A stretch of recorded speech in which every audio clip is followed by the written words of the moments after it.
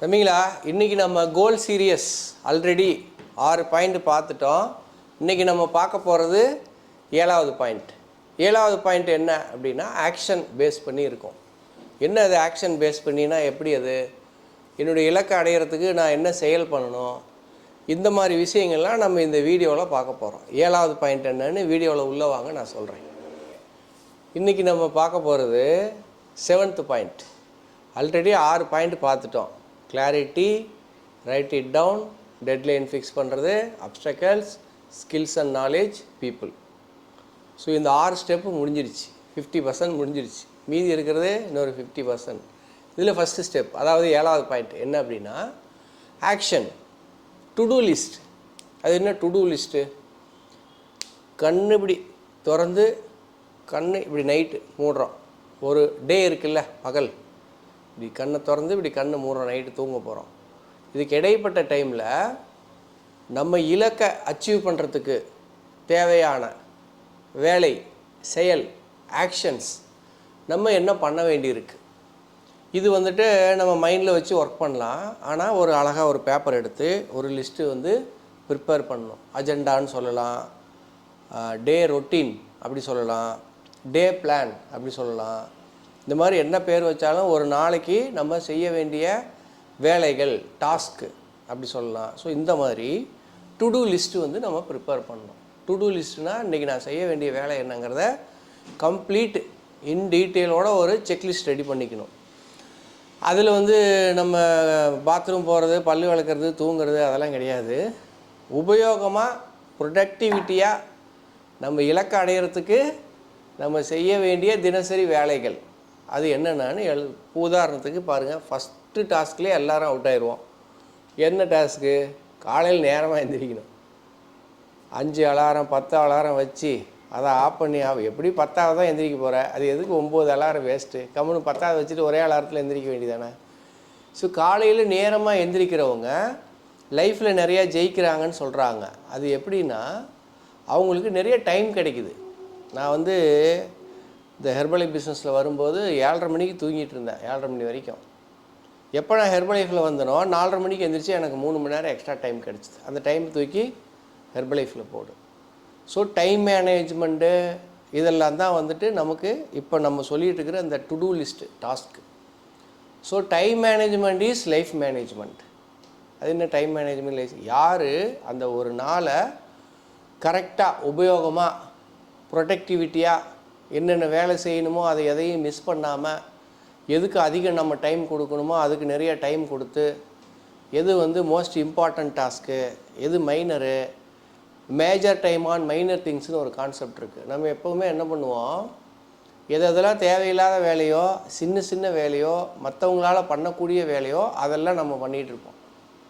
ஆக்சுவலாக அப்படி வல்லுநர்கள், அறிஞர்கள் என்ன சொல்கிறாங்கன்னா, அதில் நீங்கள் அழகே டெலிகேட் பண்ணணும்.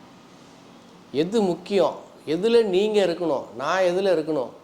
நான் மெயினாக கஸ்டமர் க்ரியேட் பண்ணுறதும் அந்த கஸ்டமரை டெவலப் பண்ணுறதுலையும், B2B அசோசியேட் க்ரியேட் பண்ணுறதும் அந்த அசோசியேட் டெவலப் பண்ணுறதுலையும் என்னுடைய கவனம் அதிகமாக இருக்கணும்.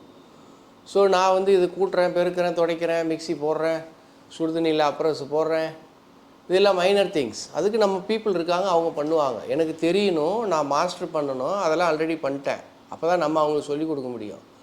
ஆனால் என்னுடைய கவனம் கஸ்டமர்கிட்ட அட்டென்ஷன் பே பண்ணி, அவங்களுடைய நிறைய குறையை கவனித்து, அவங்களுக்கு என்ன தேவை, அவங்க பர்பஸ் ஃபுல்ஃபில் ஆகுதா, அவங்க எதிர்பார்த்து வந்த அந்த எக்ஸ்பெக்டேஷன் மேட்ச் ஆகுதா, அவங்க கொடுத்த காசுக்கு பயன் அடைஞ்சிருக்காங்களா, இதில் தான் என்னுடைய மேஜர் டாஸ்க்.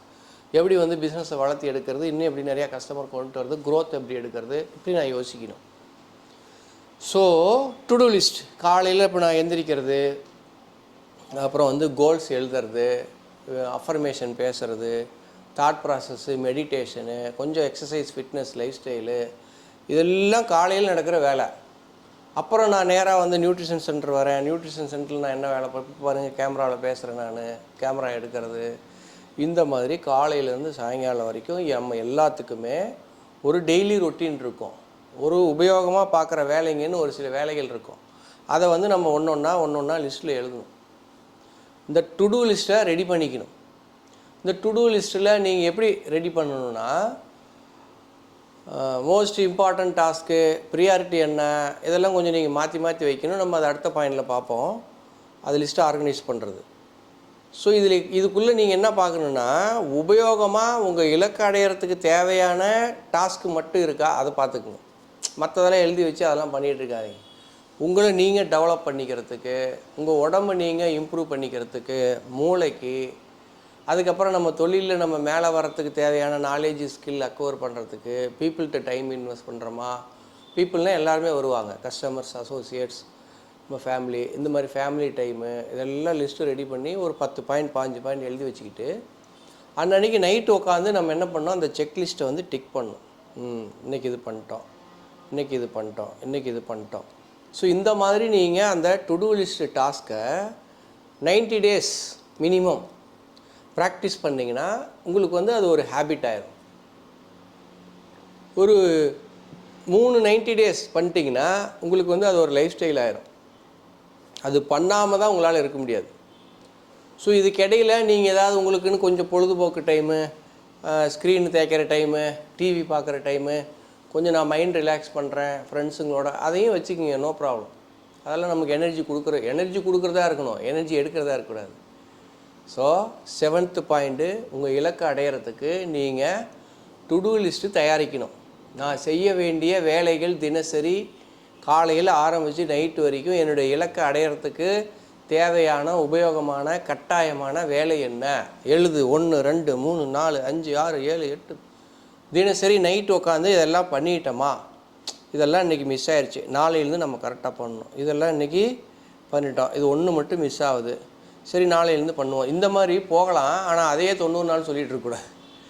டக்குன்னு கமிட் ஆகிட்டு பண்ண ஆரம்பிச்சிடணும். So 7th point, to do list prepare பண்ணுங்க.